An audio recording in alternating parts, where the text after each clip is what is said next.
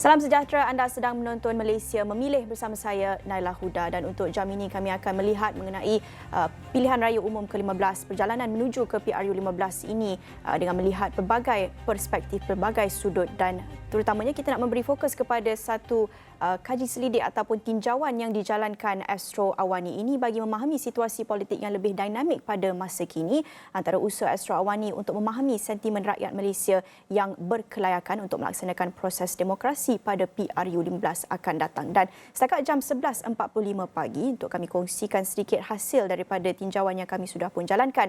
Sejumlah 1,296 responden menjawab kaji selidik ini, dan kami juga mahu anda memberi memberi pandangan berkenaan dengan PRU15. Dan soalan kaji selidik pertama yang kami jalankan ini adalah, adakah anda tahu anda bos dalam PRU15 ini?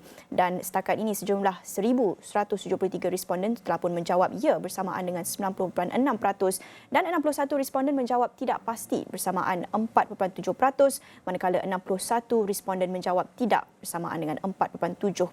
Dan secara berterusan, soalan ini akan diajukan kepada anda menerusi semua platform, segmen dan program Astro Awani. Apa yang anda perlu buat? Tonton saja segmen berita kami di saluran 501 Awani dan imbas kod QR yang tertera untuk mengakses soalan yang disediakan, yang akan berubah dari semasa ke semasa, dan keputusan terkini akan kami bawakan pada jam 7.45 ini. Antara usaha Astro Awani untuk memahami bagaimana sentimen rakyat menuju ke PRU15, terutamanya mengambil kira situasi semasa politik yang kita menyaksikan sejak beberapa tahun yang lepas.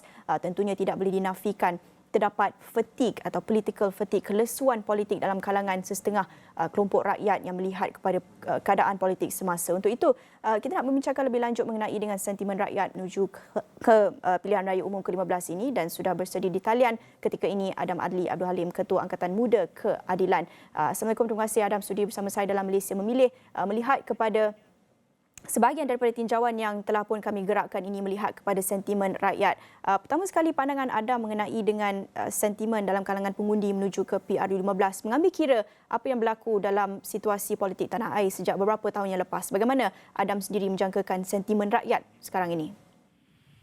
Assalamualaikum. Terima kasih Naila. Apa yang saya nampak tadi macam yang diterangkan kan melalui poll yang sedang dijalankan, nampaknya 96% lebih. 90% lebih lah, lebih 90% bersetuju kalau untuk dianggap bahawa rakyat adalah bos, rakyat adalah tuan, rakyat adalah yang pembuat keputusan sebenar dalam keadaan situasi politik hari ini. Jadi itu saya kira adalah satu sentimen yang lebih daripada sekadar sentimen. Itu memang adalah satu perkara yang sepatutnya kita terima sebagai sebuah hakikat lah.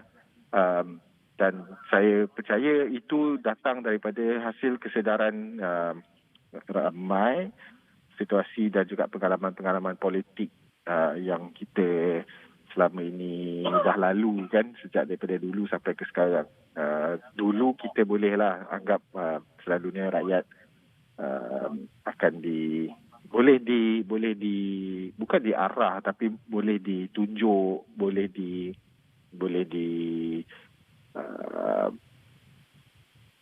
ditunjuk-tunjuk oleh pemimpin politik, boleh disuruh-suruh dan sebagainya, dianggap boleh diarahkan. Tapi sekarang ni kita nampak mana ada ahli politik mampu untuk angkat muka dan bersikap angkuh dengan depan rakyat. Terutama ialah dalam berhadapan dengan pilihan raya ini lagilah. Tapi saya harap Ya, Adam, teruskan. Sifat atau bersikap sebegini kita kekalkan supaya semua, tak kira siapa pun pemimpin daripada parti politik mana sekalipun, boleh terus ambil tanggungjawab untuk sedar bahawa kita ni adalah orang yang duduk dalam politik, adalah orang-orang yang dipilih dan diangkat oleh rakyat. Tak kira lah di sudut mana sekalipun, pembangkang ke kerajaan ke. Bagaimana pula dalam kalangan pengundi muda, kerana kita tahu ini bakal menjadi PRU pertama yang melibatkan suara pengundi muda berusia 18 hingga 21 tahun. Tetapi kalau kita nak bandingkan dengan statistik peratusan keluar mengundi dalam kalangan pengundi muda pada PRN sebelum ini agak rendah, dan bukan seperti yang beberapa pihak menjangkakan dengan begitu banyak hype mengenai dengan pengundi muda, tetapi akhirnya kita lihat pada PRN agak rendah dan agak mengecewakan bagi setengah pihak. Jadi bagi PRU kali ini pula, bagaimana anda menjangkakan sentimen pengundi muda? Masih ada semangat yang dibawakan oleh pihak-pihak yang menjayakan kempen Undi 18 itu? Bagaimana ini sebenarnya akan dicerminkan pada PRU 15 akan datang? Ya, saya kira macam ni. Dalam pilihan raya negeri yang sebelum-sebelum ini, yang pertama adalah kerana ia ini adalah satu pilihan raya negeri. Jadi selalunya mood ataupun yang punya gelombang itu ada, tapi tidaklah begitu besar, tidak menjadi satu perbualan. Sebab ini kena tahu, walaupun kita ni kalau dalam kalangan kita tahu pilihan Johor panas, Melaka panas, semua orang bincang here and there, dia boleh tengok bendera, kempen dan sebagainya, giat dijalankan. Tapi masih lagi bukan tajuk utama dalam kalangan masyarakat. Dia tidak beri perhatian sebab hanya tertumpu pada satu tempat. Sedangkan kalau kita nak galangkan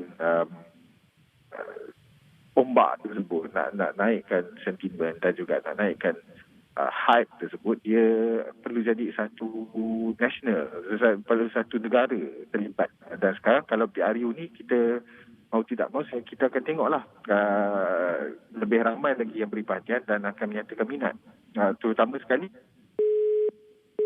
Okey, mungkin ada masalah teknikal atau line terputus bersama dengan Adam Adli, tetapi sebenarnya sudah pun bersedia di talian juga ketika ini Bastian On, Ketua Pemuda UMNO Bahagian Segamat, kerana saya juga ingin tahu pandangan Bastian. Kalau tadi Adam kata mungkin agak optimislah Adam berhubung dengan sentimen rakyat ketika ini, dengan kajian yang kami jalankan, tinjauan yang kami jalankan setakat ini menunjukkan majoriti masih lagi bersetuju, mereka masih mempunyai kuasa pengaruh yang besar untuk menentukan pada PRU 15 akan datang ini. Tetapi pandangan Bastian bagaimana melihat kepada tinjauan ini? 91% bersetuju, mereka melihat diri sendiri sebagai bos pada PRU 15 akan datang. Ini mungkin berbeza daripada pandangan segelintir pihak yang mungkin agak kurang optimis, kurang yakin dengan sentimen pengundi ketika ini, melihat kepada situasi politik beberapa tahun yang lepas. Ada kelesuan politik, ramai yang dah muak, penat tengok dengan keadaan politik semasa, dan ada juga yang malas untuk mengundi kerana mungkin mereka menganggap apa yang mereka pilih nanti tidak semestinya akan dicerminkan dalam pembentukan kerajaan itu sendiri. Pandangan Bastian mengenai dengan sentimen rakyat, kadar peratusan keluar mengundi yang Bastian jangkakan pada PRU ini? Pertama, saya nak mengulas tentang soal sama ada pengundi tahu bahawa mereka adalah bos dalam pilihan raya pada kali ini. Ianya menunjukkan satu kematangan demokrasi di Malaysia ini. Daripada tinjauan yang dibuat oleh Astro Awani itu, hampir 90% tahu bahawa pengundi adalah bos untuk PRU 15. Ini dengan jelas bahawa parti-parti politik tahu. Kami sebagai sebuah parti politik tahu bahawa pengundilah yang akan mengangkat kepimpinan negara. Sebab itu kalau kita lihat kesediaan UMNO sendiri dari segi soal manifestonya mestilah sesuatu yang boleh dilaksanakan. Bukan kita janjikan langit dan bintang. Kerana kita lebih mementingkan soal memenuhi janji. Dan soal sama ada kita boleh melaksanakan itu perlulah bersandarkan kepada keupayaan negara untuk melaksanakan janji-janji dan manifesto yang kita bentangkan kepada rakyat. Berkenaan dengan soal pengundi fatigue atau kepenatan, ini menunjukkan kekecewaan pengundi kepada pemimpin di kedua-dua belah pihak. Bukan sahaja dari segi pelaksanaan manifesto yang tidak dapat dilakukan, tetapi apabila mereka memberi peluang kepada setengah pemimpin, mereka tidak mampu melaksanakan mandat yang diberikan kepada mereka. Apakah kesan daripadanya? Kesannya adalah bagaimanakah cara mengatasinya? Kesan utama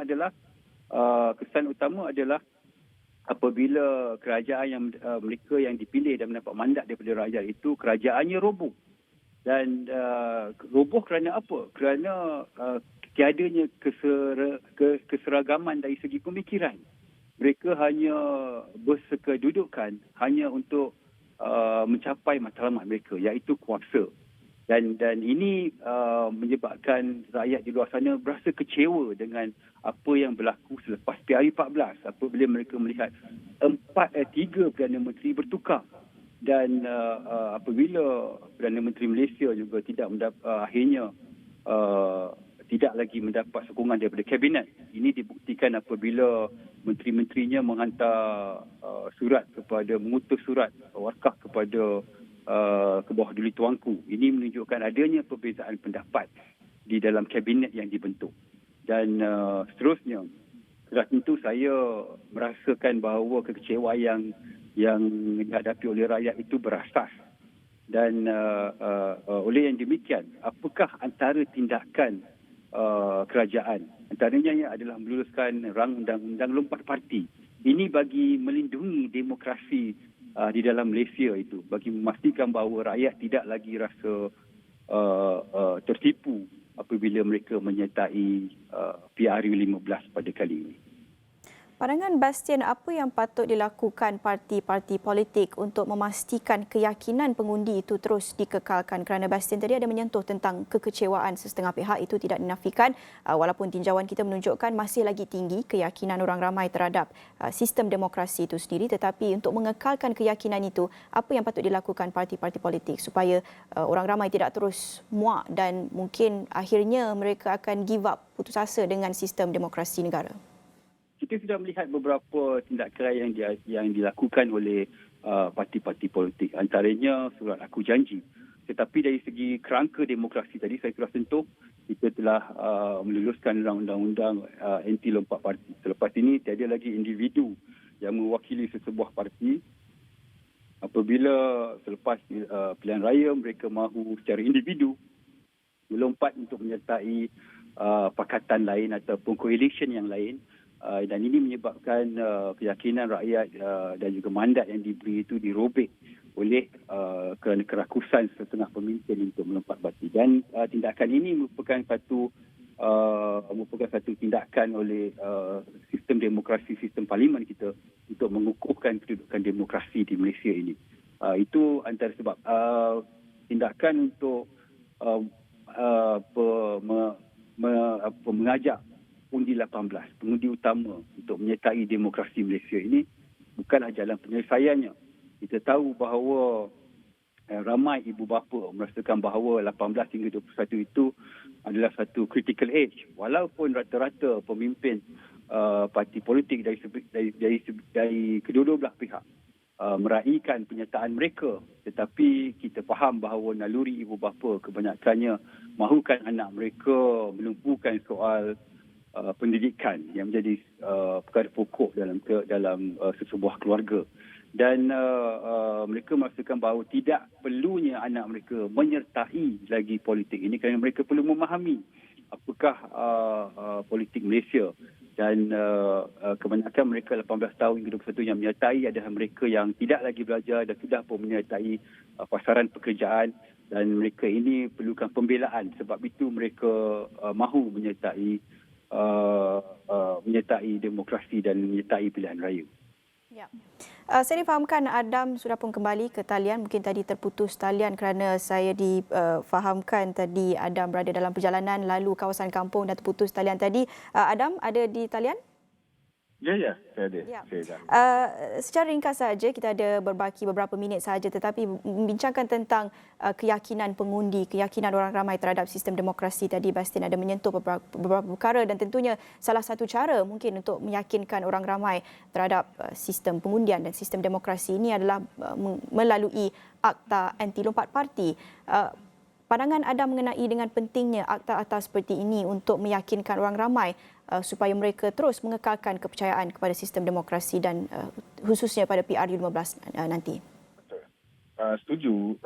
Sekarang ni dalam keadaan sekarang, apabila kita bertemu dengan masyarakat pengundi terutama sekali, kita boleh dengar kerisauan-kerisauan berkait dengan orang kata PL ataupun tabiat orang-orang politik ni yang khianati mandat, bertukar-tukar landasan ikut kepentingan sendiri. Sebab ia sebenarnya bukan perkara yang sihat. Walaupun kita faham ada setengah, but it's very rare lah, dalam setengah situasi tu mungkin kita boleh faham. Tapi dalam kebanyakan yang ada dalam sejarah politik Malaysia ni, banyak ni memang untuk kepentingan sendiri yang akhirnya melibatkan termasuklah rasuah dan sebagainya, habuan politik dan sebagainya. Dan ini perkara yang sebenarnya membelakangi kepentingan rakyat. Terutama kalau di kawasan tersebut itu adalah kawasan yang dimenangi kerana kepercayaan terhadap parti politik berbanding dengan individu. So ini perkara yang membuatkan rakyat ramai meluat dan marah terhadap ahli politik. Kalau kita ingat 2018, sebelum 2017 tu ada fatigueness, kelesuan. Orang tidak berminat kerana tidak excited. Orang ramai masyarakat merasakan tak ada harapan. Tapi bila kita tapi sekarang ni dia lebih daripada sekadar fatigueness. Dia sebaliknya adalah perasaan marah dan meluat terhadap FAL orang-orang politik. Jadi ini mekanisme yang dah diusahakan sekarang adalah Akta Anti Lompat Mati, dan saya nampak kebanyakannya kembali ada rasa keyakinan. Maksudnya ada jawapan yang solid, ada jawapan yang tuntas untuk kita bagi kepada masyarakat. Tak apa kalau ada orang yang berani nak lompat, dia akan rugi semua sekali. Dia akan hilang jawatan, dia akan hilang kepercayaan, dan dia tak boleh nak tunjuk muka dah dalam kawasan mana-mana. Dia bukan lagi berkait dengan kepentingan individu kan, bertukar. Sebab selalunya kalau bertukar parti, lompat ke sana sini ni, dia bukannya boleh bawa rakyat yang undi dia sekali, dia hanya akan bawa diri dia. So it's no longer about the candidates, or it's no longer about diwakil rakyat, but now it's about the interest of the people. So lebih berkuasa, rakyat sekini lebih berkuasa. Ya, okey, banyak lagi yang saya nak bincangkan, tapi itu sahaja masa kita ada untuk segmen pertama Malaysia Memilih Jam ini. Terima kasih kepada Adam Adli Abdul Halim, Ketua Angkatan Muda Keadilan dan Bastion On. Sebentar tadi Ketua Pemuda UMNO bahagian Segamat masing-masing berkongsi pandangan mengenai dengan tinjauan yang dijalankan Astro Awani, dan anda boleh saja ke undi.astroawani.com untuk turut kongsikan pandangan anda mengenai dengan PRU15 dan apa sentimen rakyat ketika ini. Itu yang cuba kami dapatkan melalui tinjauan ini, dan banyak lagi perkongsian untuk Malaysia Memilih Jam ini, tapi kita akan berhenti seketika, kembali selepas ini.